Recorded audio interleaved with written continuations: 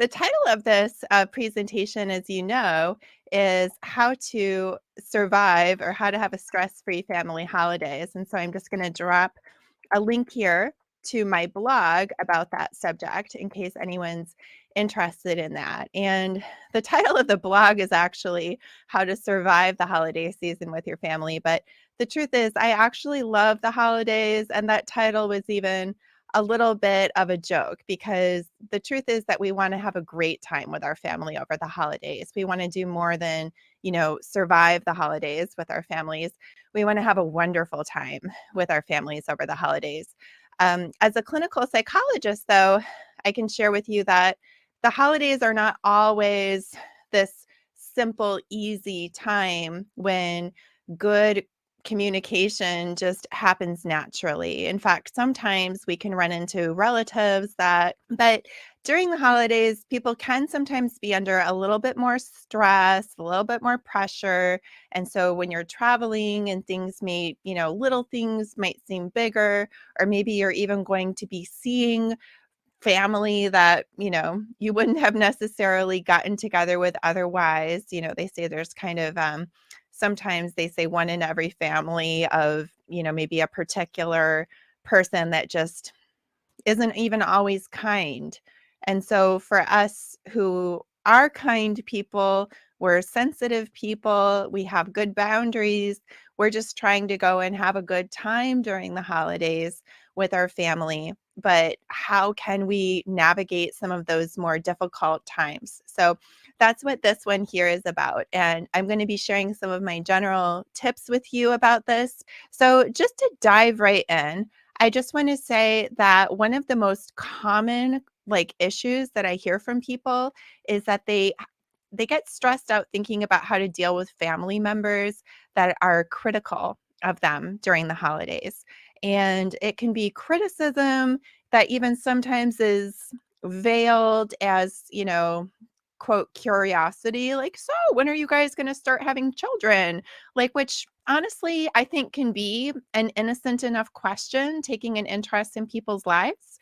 But at the same time, of course, it can feel a little bit like a boundary violation or, so when are you guys, when you look like you've gained some weight, are you getting to the gym, or gee, is your husband still unemployed? How is that going? Right. So we can have all kinds of times when we're just trying to be with family and trying to have a good time together, but there can be some particular family member that is in their own way getting in the way of that. And I always like to assume that people are coming from a good place. I mean, maybe that's not maybe that's not even always true. And I guess if you're in a situation where you know for sure somebody's not coming from a good place, then maybe you want to think about handling those situations differently.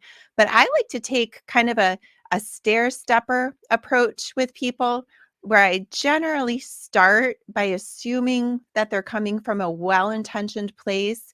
They're just curious. They're excited about, your new marriage and when you might start having kids, or they're interested in, your financial health, or certainly with parents, they sometimes feel even appropriately, perhaps a little bit more of a sense of permission to start, kind of digging into some topics that could be a little bit sensitive that you otherwise might not particularly, feel like getting into.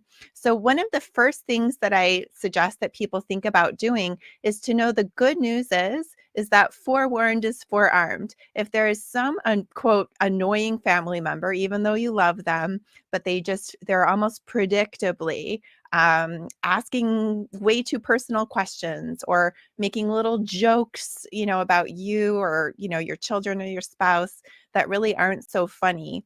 The one positive thing about them always being that way, the one positive thing is that it's predictable. And when something is predictable, then that means that we have the ability to think through in advance how we're going to handle it. So we can actually be a little bit smoother with it. We can make a little bit of a game plan, if you will.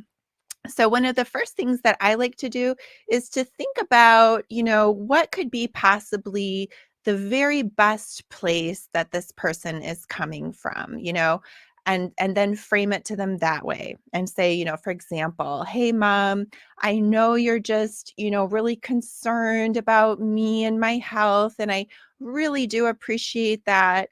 But right now during the holiday party that we're having with our family, it's just not the time for me that I want to talk about it with you, but we can make a plan to talk about it another time, and then be willing and able to do that, right? However, if you're actually not willing and able to talk about it another time, if just simply it's not up for discussion, period, there's nice ways that you can say that too, right? You can still assume the best by saying, hey, mom, for example, I know you're coming from a good place with your questions and interest in, say my weight, but it's just not a topic that I want to get into. However, I would love to hear about XYZ, right? And obviously, you don't say XYZ, you think about in advance a couple of really good topics that your mom would really like to talk about, and that you'll be willing and interested to talk about with her.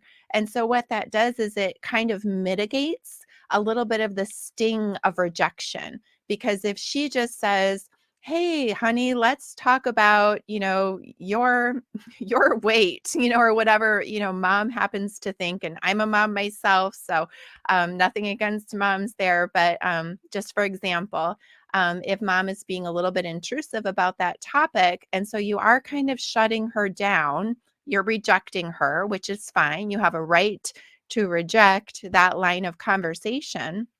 But what you can do then to take the sting out of it, if you want to, and to stop it from just kind of ending there and being like, okay, yeah, mom, we're not talking about that.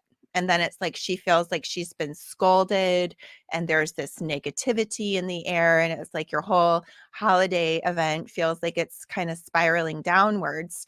To avoid that, what you can do is you can say, again, mom, I'm sorry, I'm just really not, I know you're coming from a good place of wanting to be interested in my health, but the fact of the matter is I'm just really not up for that conversation. However, I would love to hear, how is your garden going?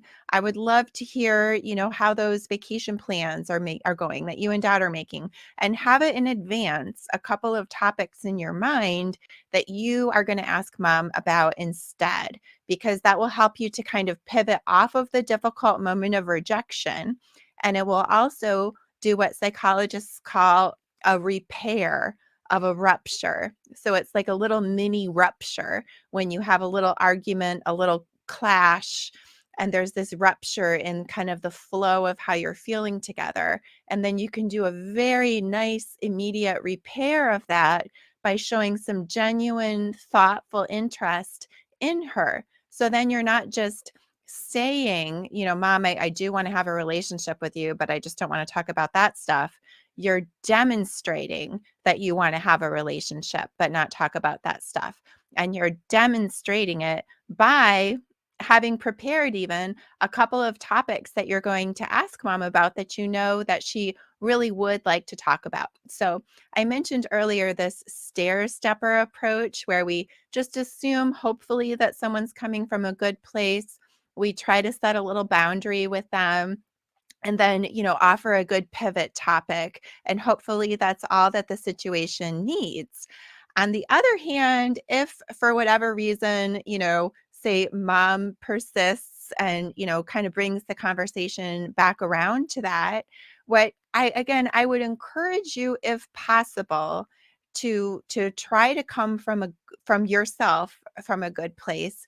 If it makes any sense at all, to assume that she might have just done it even out of habit, right? That it was almost even